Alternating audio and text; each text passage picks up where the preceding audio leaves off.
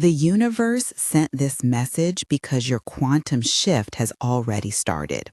Hear that sentence not as a headline, but as a soft arrival, an explanation for the hollow moments, the sudden exits from familiar rooms, the nights you woke with a new sense of urgency and no map. What felt like confusion was not a mistake. It was initiation, the beginning of a sequence you didn't choose but were chosen for. Not chosen in the dramatic sense of destiny stamped on your forehead, but chosen like a lighthouse, chosen to stand on a lonely shore, to hold steady while waters change. You may have told yourself you woke up too early. You may have felt alienated by your own timing. Friends still asleep in old rhythms, family asking why you're so restless, your own reflection asking if you'd lost a part of yourself. That unrest is not failure. It's a signal. Someone or something vast and impersonal needed a few people awake before the wider field shifted. You are one of those people. You are awake early so that coherence has an anchor. You stand in the doorway of a larger movement, and by simply being present, you reduce the chaos that would otherwise fracture the field. This does not make you superior. It makes you necessary. Think of a bridge built before the river's current shifts, cast in place so that when the water comes, people can cross safely. Your early awakenings are scaffolding, a subtle infrastructure of clarity that helps others find footing. You were not asked to lead a parade. You were asked to be steady, to hold tone and pattern in an environment that is loosening itself up in order to remake. If you've been carrying shame about timing, feeling like you missed the right moment, or that you rushed ahead and left others behind, allow this to land differently. The disorientation, the grief, the astonished moments of joy that follow them, these are the currency of initiation. They are the price of being first. The field only shifts with the help of those who have already cleared their immediate edges. Your early clarity gives the collective a place to lean. Why does this happen before a collective transition? Imagine a choir tuning before a concert. If a few singers begin to anchor a pitch, everyone else's voices will eventually find it, subconsciously aligning to that center. The field works in the same way. A handful of coherent presences, people who have already moved through a certain ungluing, create a resonance that others can feel and later emulate. This resonance is not about controlling outcomes. It is about offering a stable frequency.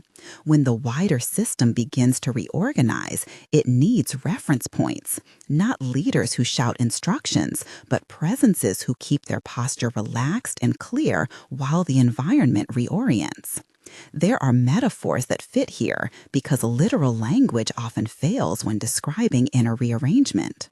You could picture yourself as an antenna tuned to a new band, or a lighthouse whose lamp became necessary before the coastal weather changed. You might imagine scaffolding erected around an old building so that when the walls loosen, people inside can find pathways out. Each metaphor is imperfect, but each points to one truth. Your early awakening was practical. It offered structural support at a time when the collective field would otherwise wobble. You may want a map. A few people do. Most of us do not get a map.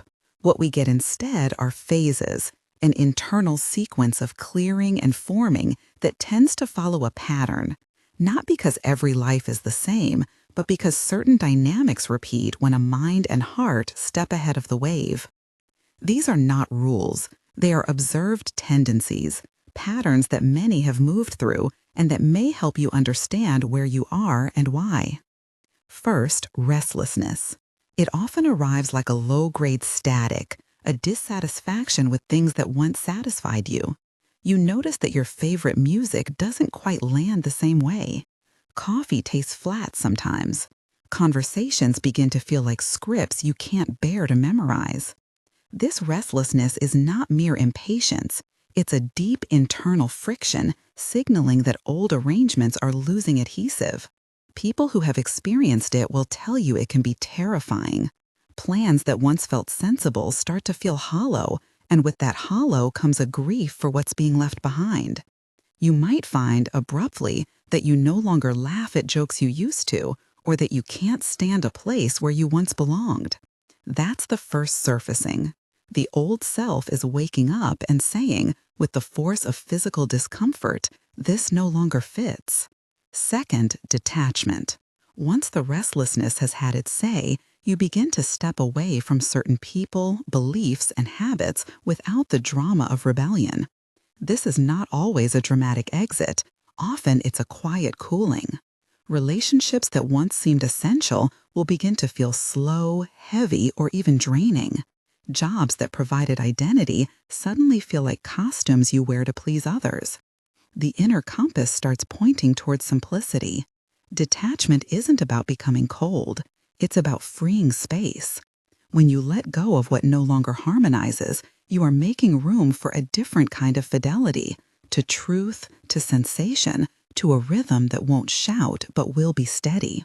Third, clarity and heightened sensitivity. After detachment comes a sharpening. Intuition brightens. Small signals begin to matter. A phrase repeated by strangers, a dream that returns, a number that keeps appearing when you open your phone.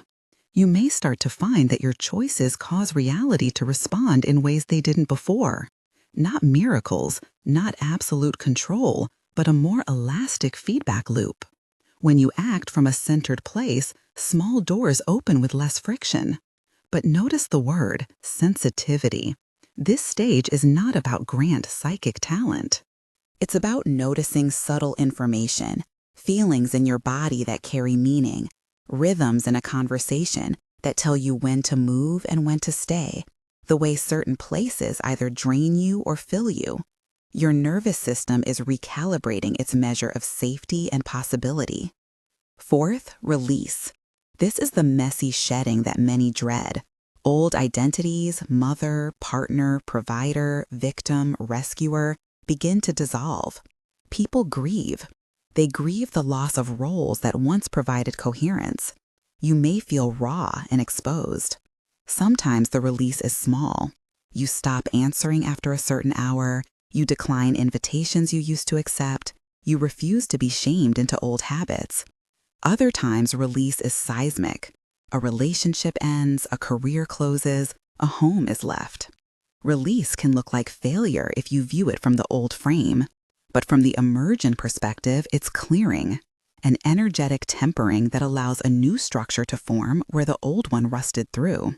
Fifth, integration. The final phase in this sequence is not a clean finish. It is the slow knitting together of what has been dispersed. Integration is the point where restlessness softens into discernment. Detachment becomes wise boundaries. Clarity becomes reliable guidance. And release becomes creative emptiness. Integration is when your nervous system begins to live inside a new set of habits. You sleep differently, you choose partners differently, your time becomes a sacred resource rather than a commodity to squeeze. It's also when your presence starts to have the quiet, stabilizing effect on the field. Others notice that you are less reactive. Without making grand claims, people sense a steadiness around you and unconsciously align. If you recognize these stages in yourself, know that this sequence is not an accusation. It is an orientation. It is confirmation that what you endured had pattern and purpose.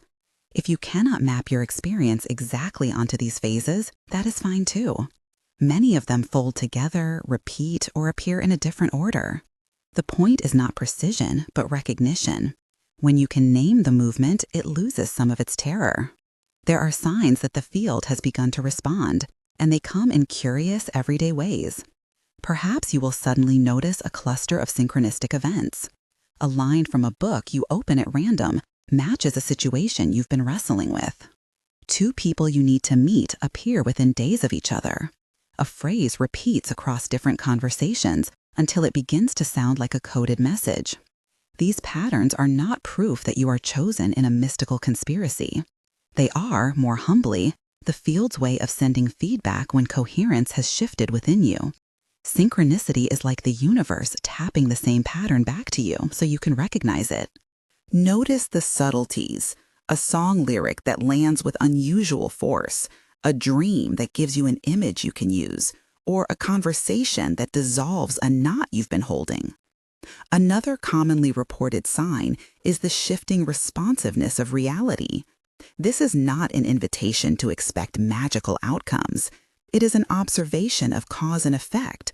When your inner state aligns with a clear intention, small obstacles tend to rearrange. You may apply for something and find hurdles dissolve in ways that feel uncanny, or decisions you make from centered clarity may meet less resistance. The difference from magical thinking is that this is probabilistic and phenomenological, not guaranteed. It is a pattern of increased sensitivity and alignment, not a law of control. You might, for instance, follow a clear impulse to send an email, and that email opens a door you didn't see before. Or you choose a path that feels calm and find the right people converge at exactly the right time. These are not miracles in the sense of supernatural interventions. They are more like the world reflecting back a clearer signal. Relationships will shift in ways that may feel both painful and relieving. People who were once close may begin to drift. It's not necessarily rejection. Some souls simply have different timetables, and your new frequency may ask them to step back. Conversely, new people will appear who are more in tune with the sound you now carry. Others who woke up earlier or later, but whose pace matches yours.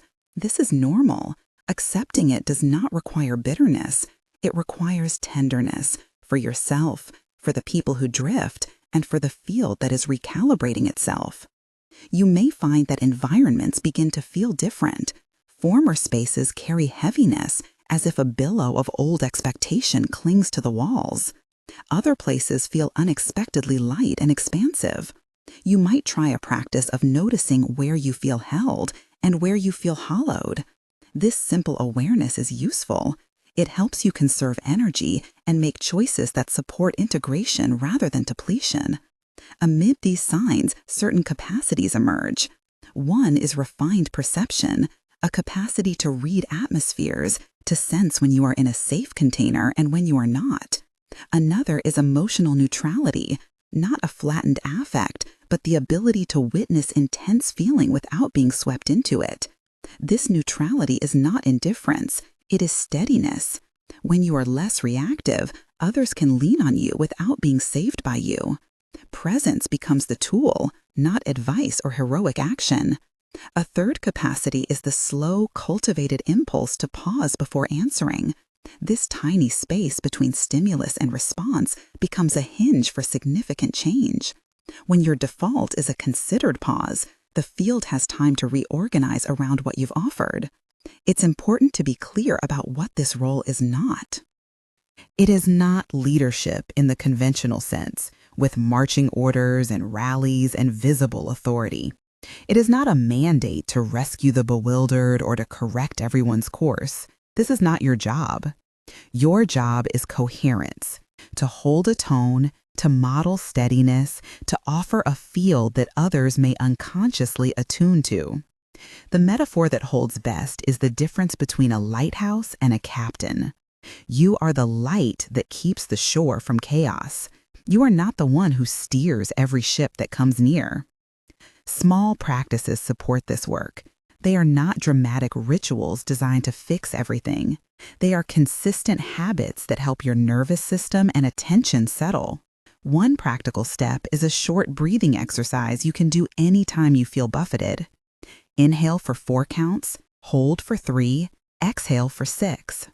This simple elongation of the out-breath signals safety to your nervous system and allows the body to move from reactivity into coherence. Another practice is a morning alignment. Before checking your phone, say one true sentence aloud or in writing, short, declarative, and present tense. It can be as simple as, "I choose to be steady today." Over time, these small declarations become internal scaffolding. Here is a modest, optional ritual used by many who describe themselves as early awake. Each morning, list 2 minor coincidences or small moments of alignment you noticed in the previous day. and one small choice you made that felt aligned with your inner yes. This practice trains attention to notice the field's feedback loops. It is not superstitious. It's a training of perception that reinforces the reality of subtle resonance. Pause for a moment now. If this message lands on you, if it lights an inner recognition, take a breath and name one sign you've been ignoring that felt at the edge like an invitation. You can say it quietly or write it down. This is only for you. It is an act of gathering. The field notices when you gather, even if the only witness is your own hand. Once you have gathered a few signs, it's natural to wonder, how does one activate without becoming a person who thinks they must fix everything? Activation here is subtle. It begins with integration, bringing your body and your choices into the coherence your mind has started to hold. Integration is practicing the soft skills of boundary and presence, learning to inhabit your space without imposing upon others. It looks like choosing relationships that match your rhythm, declining invitations that drain you, speaking fewer words but with greater clarity. It also looks like showing up in small ways. A steady response in a crisis, a calm voice in a heated room, the ability to listen without needing to fix. Activation is not a single event. It is a series of small aligned choices that cumulatively shift how the field responds to you. Perhaps you take a new class that aligns with your evolving interests, or you accept a small responsibility that asks you to practice steadiness, or you begin a daily practice of presence. Each of these is a signal to the field. You are coherent. The field listens. It is vital to keep a temperate relationship to power. There is a temptation when capacities sharpen to test them like toys. Resist the urge to use new sensitivity to manipulate outcomes or to assert control over others. The integrity of your role depends on humility. You influence through presence, not pressure. When someone is in pain, your work is to be a safe container, not to dictate their path. The subtlety of this work is what keeps it stable. Grandiosity is what breaks it. There will be moments where you are invited into visible leadership. When that happens, discernment is key. Ask, is this request aligned with my coherence, or is it a rerouting into old patterns of needing to be seen? Choose based on capacity, not image. If the invitation stretches your resources, decline with compassion. If it feels like a natural extension of what you now hold, accept with grounding. The aim is not to gather followers, but to embody a steadiness that others might emplace in themselves. You are likely to encounter periods of doubt. This is normal. Doubt often comes as a practical guardrail. It makes you ask hard questions about intention and integrity. Doubt becomes destructive when it spirals into chronic insecurity. To manage it, keep a log of small things that confirm you are moving in alignment. A conversation where you stayed calm and it changed the tone. An impulsive move that led to less friction later. An instance where a boundary preserved your energy. These notes become evidence that helps when the fog returns. At some point, integration will lead you to a threshold where activation is less internal and more relational. That threshold is delicate. It asks you to begin living your life differently in ways that may not be dramatic to outsiders, but are radical to your nervous system. You will find yourself making tiny choices that over months reroute the architecture of your day. You may choose one fewer meeting per week, one more hour of solitude, one new friend who speaks your language of inner honesty. These choices are not rebellion, they are fidelity. They honor the field's need for anchors. Not everyone will understand these changes, and that's okay. Some people will label you as selfish, aloof, or difficult. Expect this. People often interpret change through a mirror. They see your difference and assume judgment. Respond with patience. You do not owe explanation to everyone. A short phrase, "I'm aligning my life to be more present," can be enough. Choose who you want to invest explanation in. Save the rest of your bandwidth for practice. There is a deeper invitation inside all of this, to view your life as apprenticeship to a new set of capacities. You are practicing being a stable center in a world that increasingly values flux. The practice itself is the point. Do not wait for external recognition. External recognition may come or it may not. The real measure is the steadiness you feel when you move through difficulty. Ask yourself, at the end of a hard day, did I return to my center? Were my choices soft and clear, or were they reactive and heavy? Your answers are your curriculum. As you move through these phases, you'll notice that the language you use changes. Where once you spoke in anxious timelines, "I must do this now," you will begin to adopt a tempo of timing. "I will do this when it aligns."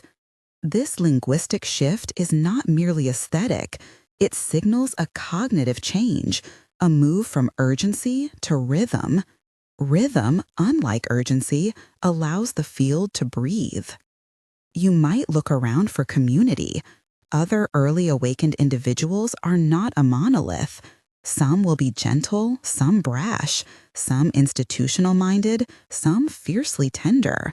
Seek the ones who model the qualities you want to develop: steadiness, clarity, humor that is kind rather than cutting. Resist groups that trade in dogma, urgency, or hero narratives. The work is quiet and patient. Communities that claim to have answers for everyone are rarely trustworthy. Prefer resonance over agreement. Find people who share practice rather than ideology.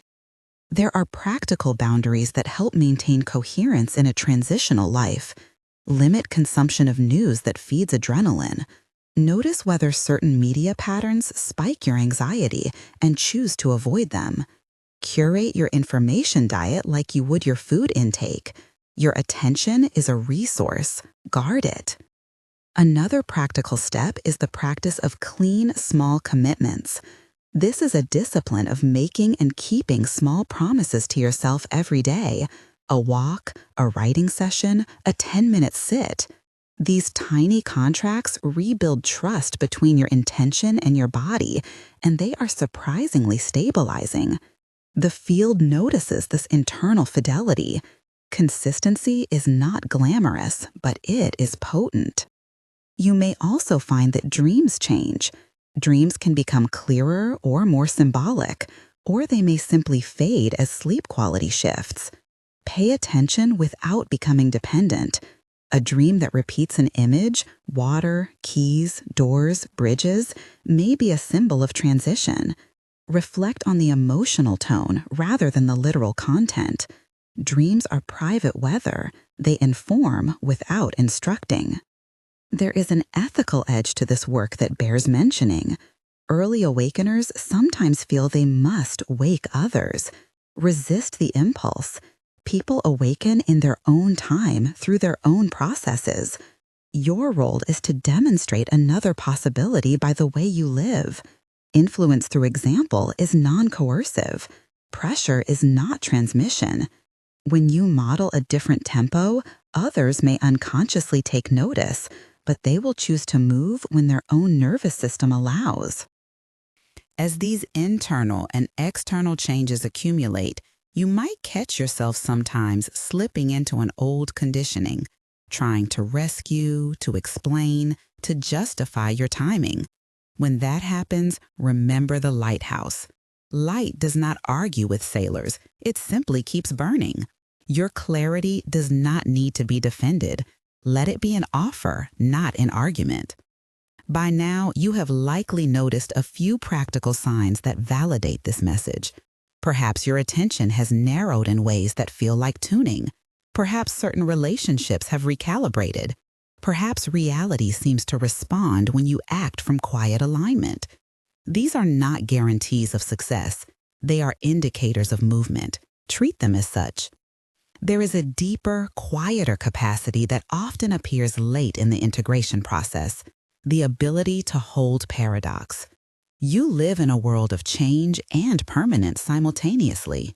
You will be asked to accept that both pain and blessing can exist at once. To hold paradox is not to tolerate contradiction intellectually. It is to feel both the sorrow of loss and the relief of new possibility, and to allow both to be true at the same time. This patience is part of the anchoring you provide.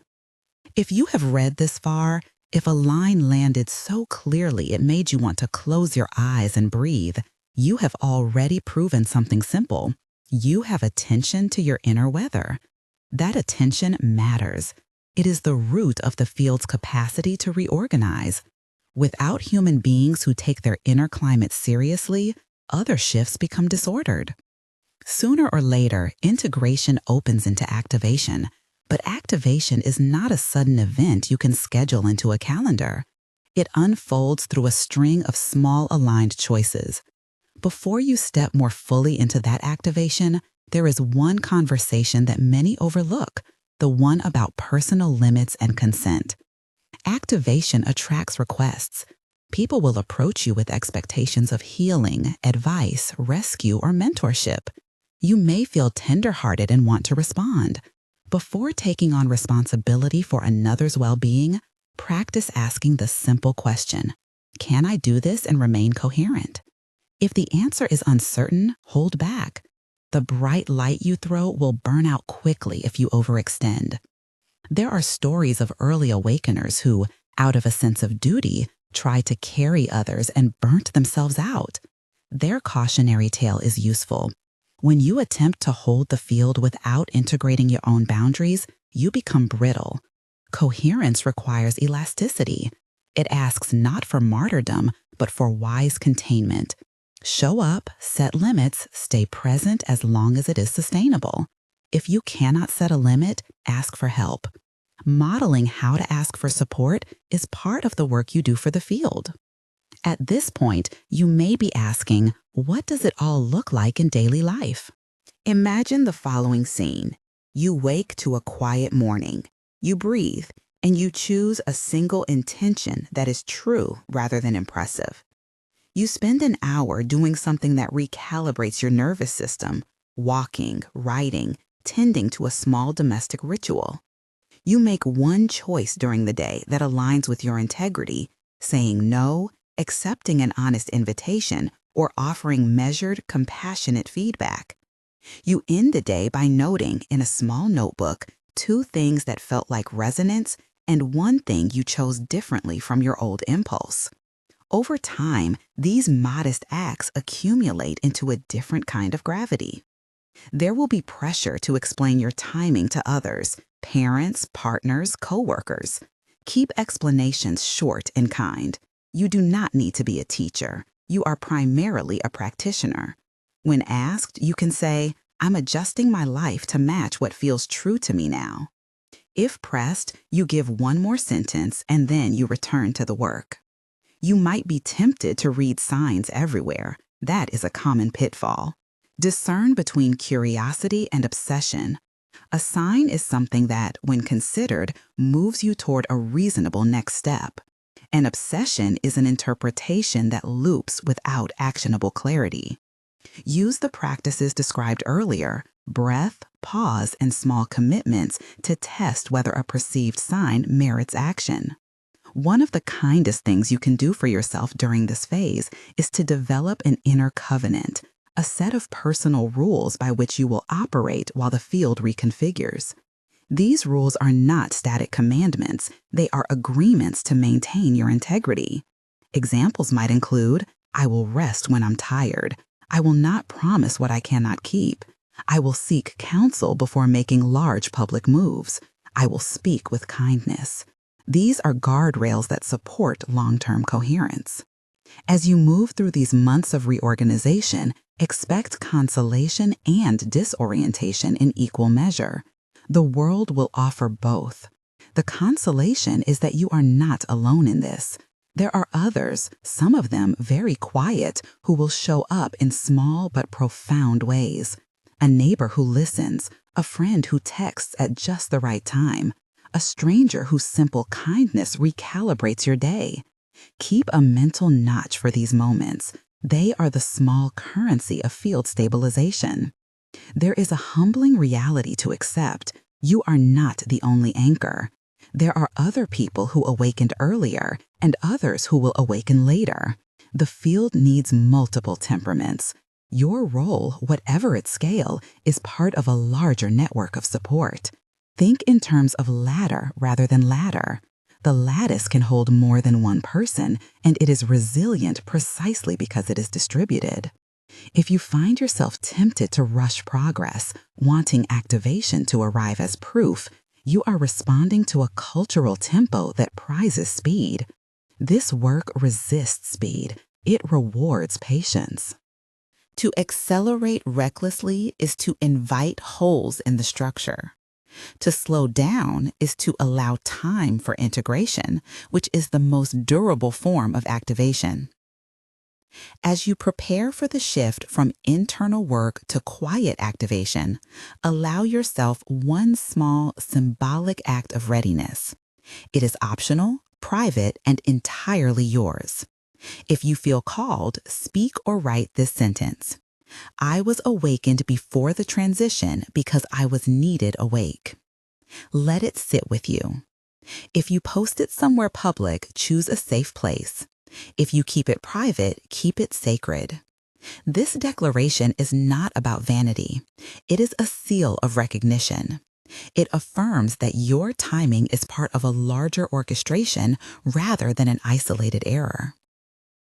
You will notice as you carry this conviction that your language toward others softens.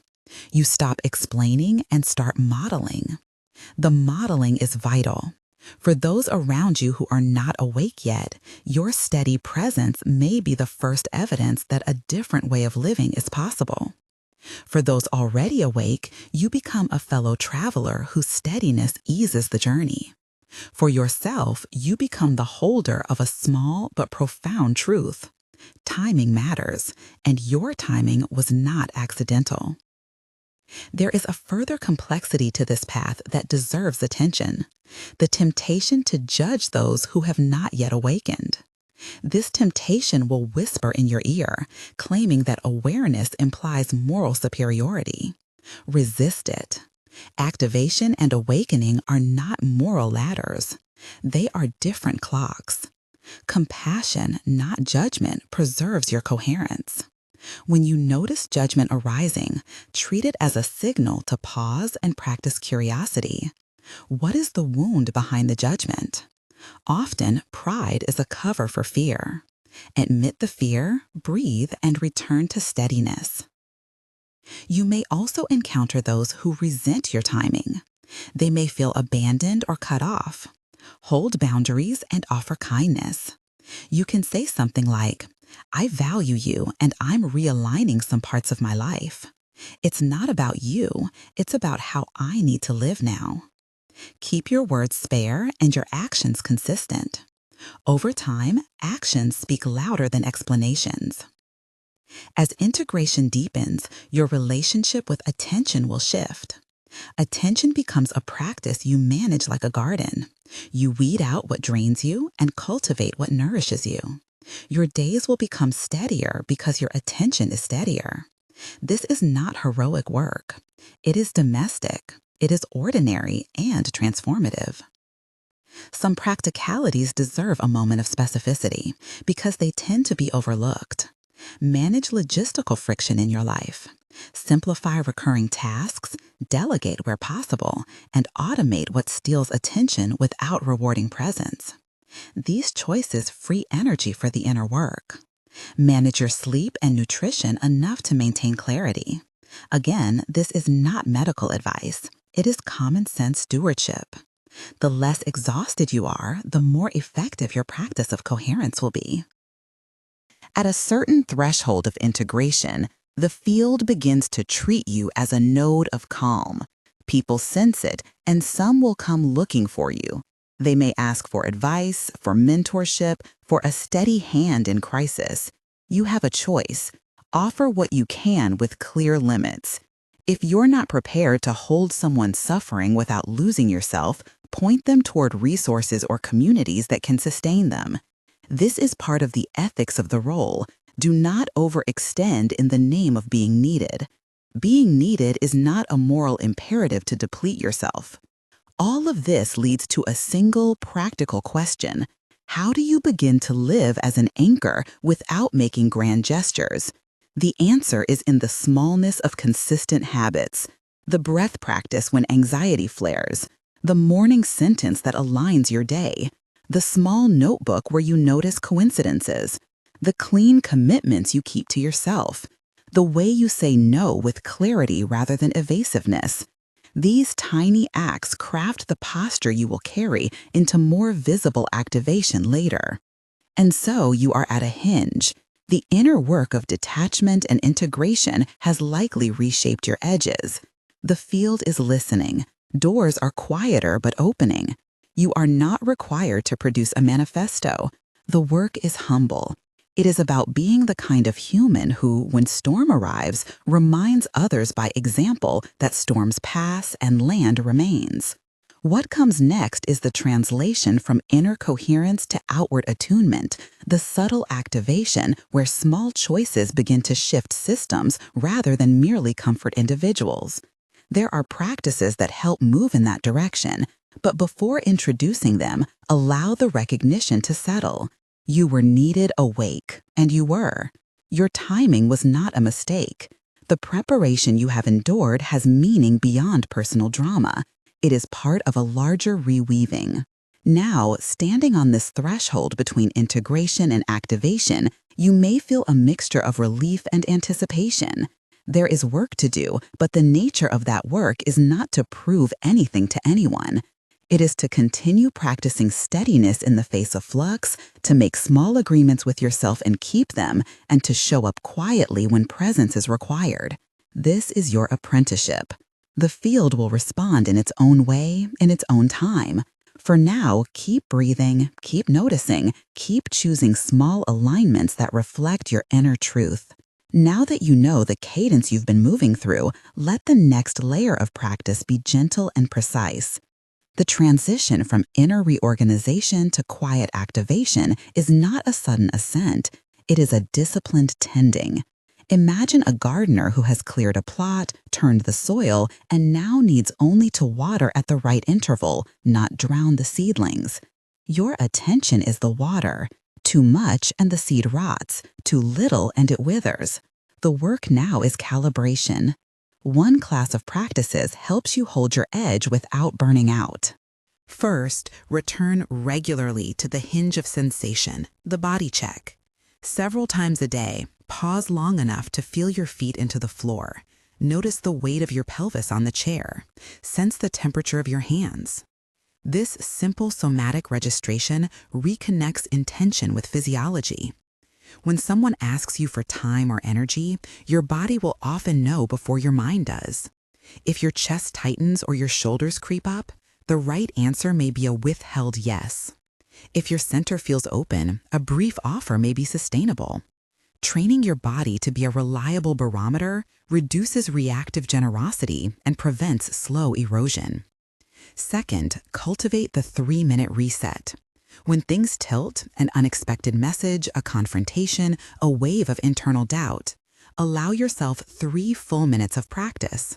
Breathe, feel, name. Breathe in a pattern that lengthens the out-breath. Feel where the tension lives. Name the immediate need aloud or in a single sentence in your head. I need a moment, or I will answer when I am steady. This simple permission buys the field time to reconfigure and prevents you from handing your coherence away reflexively. Third, keep your small contracts sacred. Choose one micro-commitment each week that is purely for integration. A morning walk without devices, a 20-minute creative practice, a weekly check-in with a trusted friend. The point is not grand productivity. It is rebuilding habituation of self-trust. When you keep small promises to yourself, your internal ledger balances. That balance makes you a more effective anchor because it reduces the inner bargaining that leaks energy into drama. You were needed awake because the field required reference points that endured. That endurance is expressed through limits as much as through presence. Practice short, clear phrases that protect your bandwidth without closing connection. Examples you might use: I can hold this for 20 minutes. I won't be able to offer help right now, but I can listen. Or, I need to rest before I can engage fully. These phrases are neither harsh nor evasive. They are honest transmissions of capacity. When paired with steady tone and a brief pause, they model how to ask for consent of one's own attention. There is a tension inherent in being an early anchor. The steady offer you embody attracts needs. People may come to you seeking answers, fixes, or rescue. You will learn to distinguish between offers that can be received and requests that will deplete you. Ask a small triage question before you commit. What support do you want right now? Advice, connection, or resources? When someone asks for advice and you know it would require more than you can give, offer a referral or a bounded alternative. I can't take this on, but I can suggest a group/resource, or we can talk for 20 minutes next week. This is part of the ethics of anchoring. Do not confuse being needed with the obligation to exhaust yourself. Another important skill is the art of reflective speaking. When conversations are intense, try reflecting back what you hear before offering solutions. Often, the act of being mirrored calms people more effectively than analysis. A few sentences that ground the exchange. It sounds like you're overwhelmed. That must be heavy. Can transform a chaotic interaction into one where both parties feel held. Your capacity to witness without prescribing is one of the most stabilizing gifts you offer the field. You will be tempted to make your sensitivity into a public performance. Restrain that urge. There is a difference between testimony and spectacle. Share about your shifts where it serves connection and containment, not to prove your alignment. If you teach or speak, center practice over theory. Offer exercises that people can try in their own bodies, rather than exhortations that require them to believe your map. The work you do in public contexts should aim at increasing others' access to their own calibration, not recruiting followers to your particular timing. Practical tools for daily life help translate inner coherence into outer habits. A short list of approaches you might fold into your weeks. Reduce meetings that produce little value. Schedule a daily block for solitude or reflective practice. Automate trivial tasks where possible. Use a small notebook not just for plans, but for noticing. 2 coincidences and 1 choice each day, as mentioned earlier. That notebook becomes a ledger of alignment. When the fog returns, leafing back through it provides evidence that recalibrates doubt. Manage your information environment with discernment. The modern nervous system is easily hijacked by continual stimulation. Your attention is a form of sacred energy. Curate it. Decide which sources of information you will allow into your field and for how long. Perhaps you limit news to an allotted hour 3 times a week, or you designate 1 evening free of social feeds. These are not moral injunctions, they are practical boundaries that preserve clarity. When you are less reactive to external stimuli, your capacity to be a steady node increases. You will be offered invitations that look like service but feel like vanity. Learn to pause and test their alignment against your internal metrics. Ask, does this extend my capacity to hold steady, or does it route me back into seeking external validation? If the impulse to accept is driven by image rather than integrity, it's likely to fracture your coherence over time. Opt for small, sustained contributions rather than headline-grabbing gestures. Quiet, consistent presence tends to outlast dramatic but brief efforts. There are ways to practice activation that carry low risk and high fidelity. One is the practice of micro-support, short, intentional acts given without expectation. A calm voice in a meeting, a steady presence at a friend's grief call, a written note that holds no agenda. These acts do not announce themselves as spiritual interventions. They are ordinary kindnesses carried with attention. Over time, the aggregation of micro-support changes atmospheres. The field shifts not because of a single charismatic leader, but because many people practice being steady in small ways. Let us consider how you can steward emerging community without replicating old hierarchies. When you find resonance with others, structure the connection around practice rather than doctrine. Design gatherings with clear time limits, simple practices, and rotating facilitation. Make space for confidentiality and consent. Invite different models of contribution so that no one person becomes the repository of all expectation. If you lead a circle, prioritize mutual accountability and shared responsibility. Discourage hero narratives by naming them when they appear and redirecting focus to collective practices, such as paired listening, shared breath, or aligned small commitments. Integration often surfaces unresolved grief. When losses arrive of relationship, identity, or comfort, allow them fullness. Grief is one of the most honest forms of attention. It tells you what mattered and what no longer fits. Give yourself rituals for grieving that don't require public explanation. A private letter, a walk by water, a small altar with objects that recall what you loved. These acts are not for dramatic catharsis. They are the slow compost that feeds new growth. Rituals give form to amorphous pain and help your nervous system metabolize it. Do not underestimate the value of humor. A steady center does not mean solemnity. Laughter loosens tension in healthy ways. It releases adrenaline and restores perspective. Keep friends who can laugh with you, not at you. Playfulness is a form of energetic hygiene. It prevents your practice from calcifying into moral seriousness. You will meet resistance from parts of yourself that prefer the known, even if the known was painful. Old comforts, habitual defenses, predictable arguments, roles that felt familiar will whisper for return. When that voice arrives, ask it to speak without shame. I see you, I hear you, I will consider your needs. Then move to action that honors both curiosity and boundary. Test small reversions deliberately and briefly. Take the meeting you're tempted to accept, but give yourself an exit clause. If the old pattern slips back in, close the loop and practice the emergent alternative again. Integration is persistent trial and error, not a single triumphal crossing. Your capacity to hold paradox will be tested often. You will, at times, feel both grief and relief, hope and terror, connection and isolation. Practice the discipline of both and. Name the truths without trying to collapse them into neat explanations. Sitting with contradiction matures your tolerance for complexity and makes your field less brittle. Others will notice that you can contain ambiguous situations without insisting on clarity. This alone becomes a powerful offering. There is a tender leadership that emerges from consistent containment, the ability to be a reliable presence in moments of crisis without being the hero. When someone comes to you in crisis, the question to ask yourself is simple. Can I hold this and return to my center? If yes, show up with presence.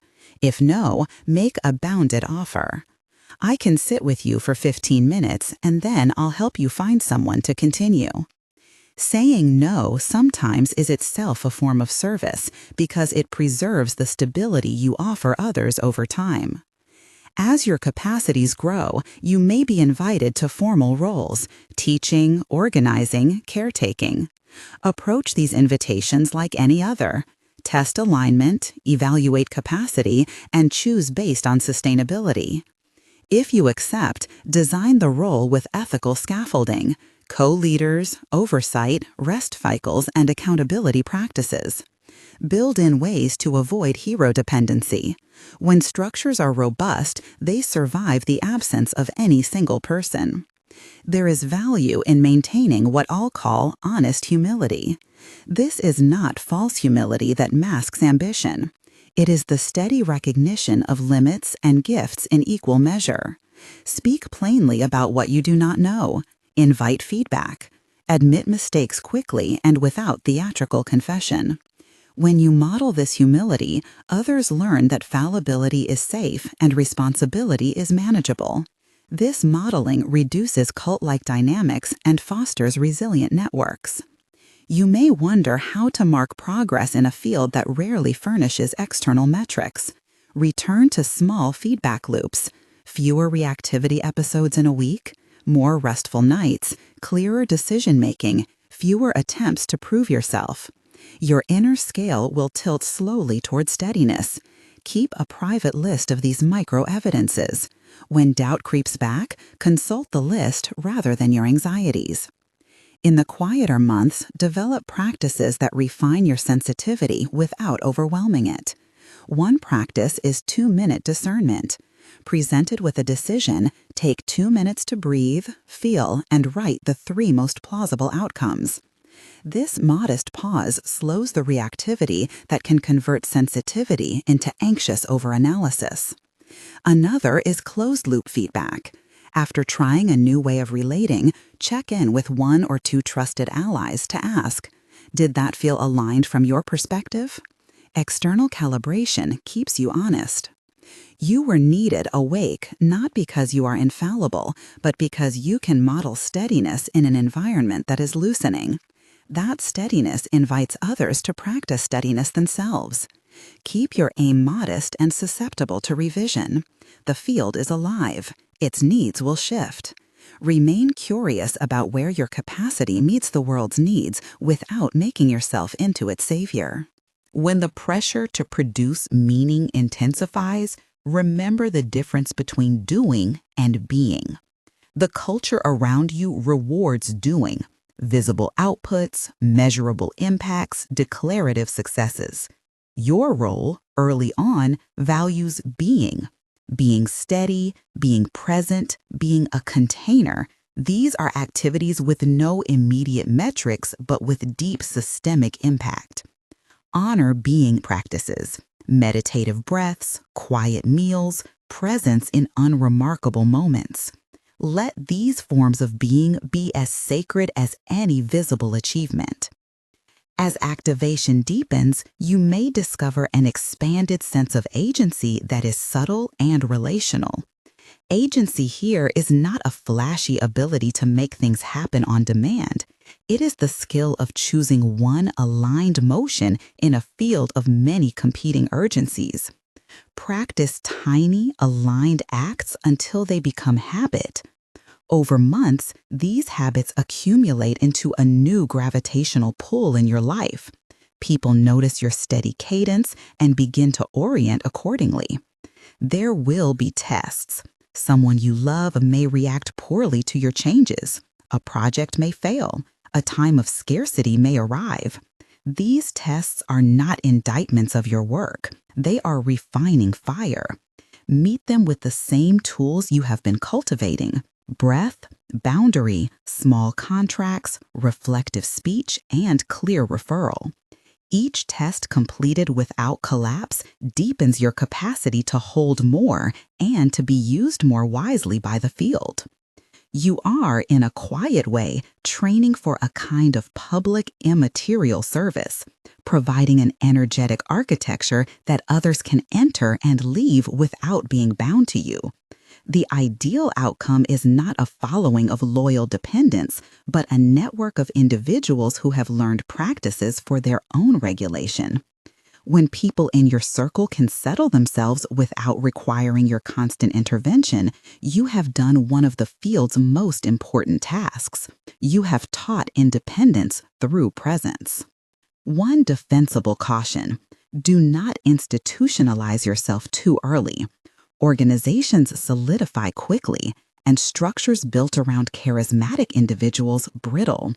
If you are drawn into building something large, do so slowly and with built-in redundancies: shared leadership, distributed responsibilities, transparent finances, and ongoing checks against charisma-driven decision-making. Allow the institution to be a lattice, not a ladder. Now, practical ritual for transition. When you complete a phase of integration and sense that activation is increasing, ritualize that threshold. It can be small and private, lighting a candle, walking a particular path, or placing 2 stones somewhere visible as a reminder. The point is not decoration, but ceremony, an embodied signal that your inner architecture has solidified enough to begin outward practice. Ceremony anchors interior shifts in the body and the environment. It makes invisible changes tangible. Before we close, return once more to the central truth. The universe sent this message because your quantum shift has already started. Hear it as confirmation rather than prophecy. It is an orientation toward dignity and timing. You did not awaken because you failed at normal life. You awakened because a larger system required reference points before it could rearrange. That recognition changes how you interpret disorientation. It reframes loneliness as initiation, grief as clearing, and restlessness as a prelude to method. If you choose to make a symbolic gesture of readiness now, do so softly and without public obligation. There is an optional sentence you can speak or write that functions as a seal rather than a summons. I was awakened before the transition because I was needed awake. Say it in your own voice. Whisper it into a journal. Place it on paper in small handwriting and tuck it into a book. If you feel moved to share it, place it where safe people will read it, or leave it in a comment where you feel community. If you prefer privacy, keep it in your heart. The choice is yours, and the value is in the alignment it creates inside you more than any external affirmation. Walk forward knowing this. Activation will not be a single shiny event. It will be a long, dignified inclination towards steadier presence. You will sometimes misstep, sometimes overextend, sometimes return to old habits. When that happens, do not compound the error with shame. Name it, repair what you can, and practice the small habits of recalibration that have served you so far. The field does not require perfection.